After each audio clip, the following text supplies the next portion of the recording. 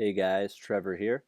In this video, I'm going to show you how we can add, edit, and delete products by logging into the Elyssa Core website and using the portfolio feature that we've created.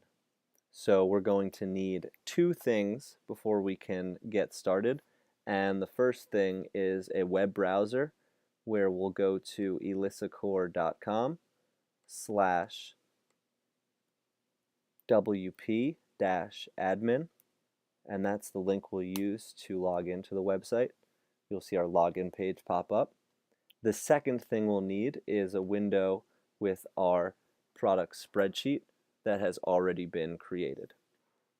So let's bounce back over to the website and we'll log in with the credentials I've given you.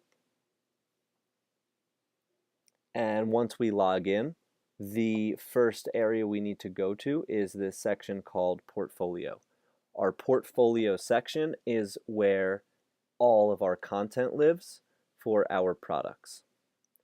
In other words, the portfolio is a portfolio of products that we've created, and that's where we'll go every time we need to add, edit, or delete a product. So I'm going to look at our portfolio and see what's there. Not very much. We just have one item, and we can look back and notice that's the first row from our spreadsheet. So let's go down to the next one. We'd like to add our first cable and connector, and it's the BNC CCTV hookup cable that measures 3 feet. So we're going to bounce back and we're going to add a new portfolio item that's either here where it says add new, or there's a button up top that says add new. So we're going to add a new item. It says enter title. So we're not going to use the ID number for that. We want to use the actual title because that's what people will see as the main headline. We're going to copy that and paste it right in. And we're going to do a lot of copying and pasting, so that's why it's very helpful to have this spreadsheet already created. Now we'll remember we skipped that ID number, so we need to copy that in and bring it down to an area called subtitle. So the subtitle is where our ID number lives on that product page. Next thing we're going to do is look at our information for specifications and description. We notice that there's just one item for specifications. It's a 3 feet, and we're going to copy that and take it right down to an area called specifications. We're going to paste that in. And the next thing would be a description, and we notice this product has no description. So we might want to write a description for it or leave it blank. I'd prefer to write a description because it helps for any search engine optimization, and it also makes the page look filled out and basically like a complete page. So I'll go back here and I'll write in, this is my product description for our new product.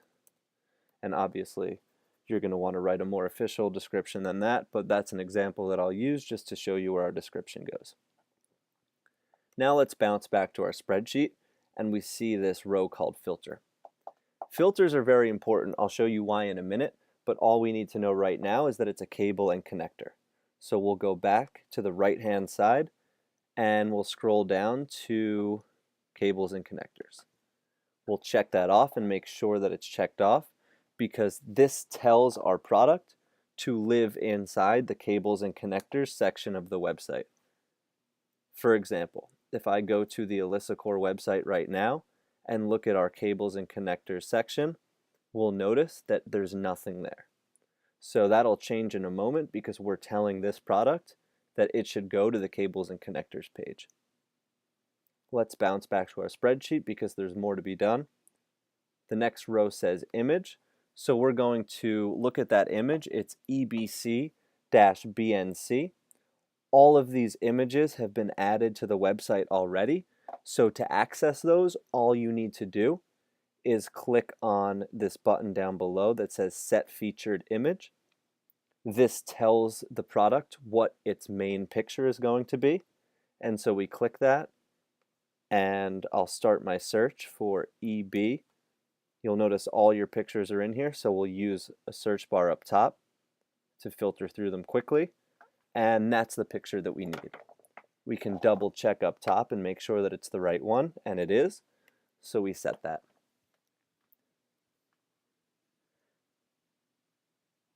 Now we're going to publish our product because we notice that there's no secondary images needed. If there was a secondary image needed, we would go into our post and we would bump the text down a line. If you want the picture on top, you would click Add Media, and let's say, I know it's not going to be the right one, but let's say this was our secondary image. We would insert this into the post. So now we have our secondary image, we have our main image, and we have our description. Now we'll publish, and that sends our product live to the web. And remember this page that didn't have anything on it before, this was all of our cables and connectors. We'll refresh that page, and now there's one cable and connector that's been added. As we start to add one by one our 18 or so cables and connectors, we'll start to see those pop in on the live page for our cables and connectors. Let's take a look at it and see how we did. And we'll notice our specifications off to the side. We'll notice our description underneath and our secondary picture. Now let's say that we actually wanted our main picture here, because we notice on this page the main picture has not been highlighted. It's here when we look at our cables and connectors page, but when we actually click on our single product, all we see is the secondary image. So we would go back to editing that post, and we can drag this picture underneath. We can bump it down a line if we want the text on top.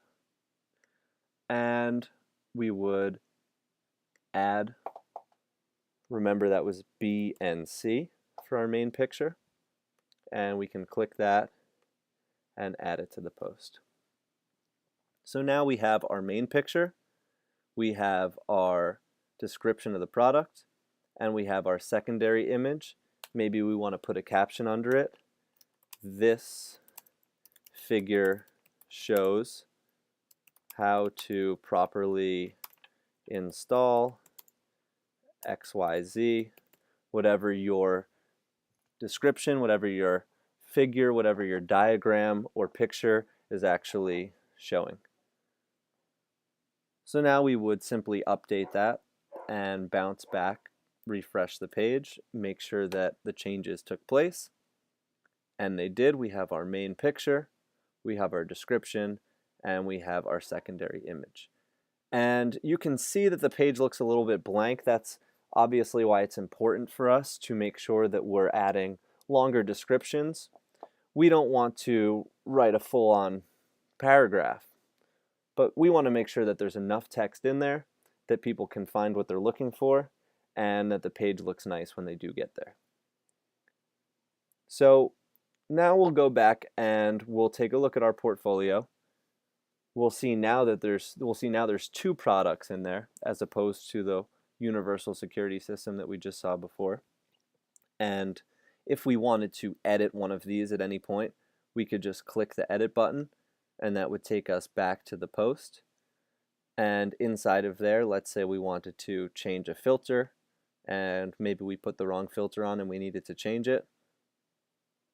Or if we get a new picture, maybe it's a new higher resolution picture, or you took a nicer picture and you want to add that one instead, we could always remove it, but we're not going to do that now. Or maybe you want to change the specifications. Maybe there's more information that needs to be added. Maybe for some reason the product ID number has changed and you need to change that. But everything looks fine now, so we're going to leave it alone, and I'll show you how you delete a product. Just go back to the portfolio,